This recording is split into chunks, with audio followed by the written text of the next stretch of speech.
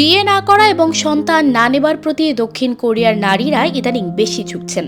এমনকি পুরুষদের সাথে সম্পর্কে জড়ানোর ক্ষেত্রেও সেখানকার নারীদের অনীহা রয়েছে। পৃথিবীতে সবচেয়ে কম জন্মহার যেসব দেশে তার মধ্যে দক্ষিণ কোরিয়া অন্যতম। এ পতন চলছেই, বছরের পর বছর নিজের রেকর্ড পেছনে ফেলছে দেশটি।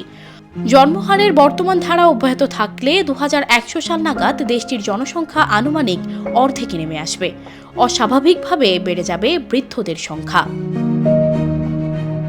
গত বুধবার প্রকাশিত এক পরিসংখ্যানে দেখা গেছে, দক্ষিণ কোরিয়ায় গত বছর জন্মহার আরও 8% কমে 0.72-এ দাঁড়িয়েছে।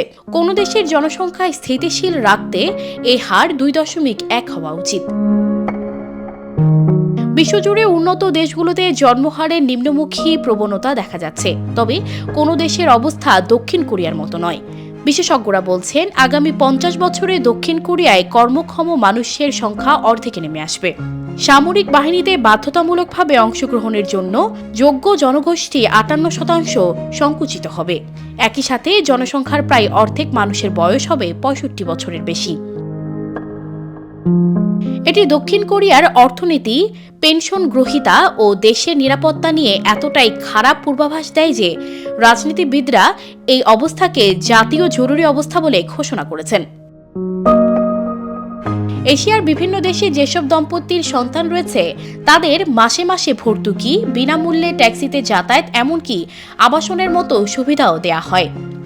কিন্তু এমন আর্থিক সুবিধা দক্ষিণ কোরিয়ার মতো দেশগুলোতে জন্মহার বৃদ্ধিতে কাজে আসছে না। এ অবস্থায় রাজনীতিবিদেরা জরুরি অবস্থা মোকাবেলায় আরও সৃজনশীল সমাধানের পথ খুঁজছেন। কোরিয়ার নারীদের মতে মনের মতো মানুষ খুঁজে পাওয়া কঠিন, যে গৃহস্থালীর কাজ করবে ও সমানভাবে সন্তানদের যত্নও নেবে। আর যে নারীদের শুধু সন্তানই আছে তাদের প্রতি সদয়াচরণ করা হয় না। এমনকি কোরিয়ার নারীরা বিয়ে, সন্তান গ্রহণ এসবের চেয়ে ক্যারিয়ার গড়তেই বেশি মনোযোগ দিয়ে থাকেন।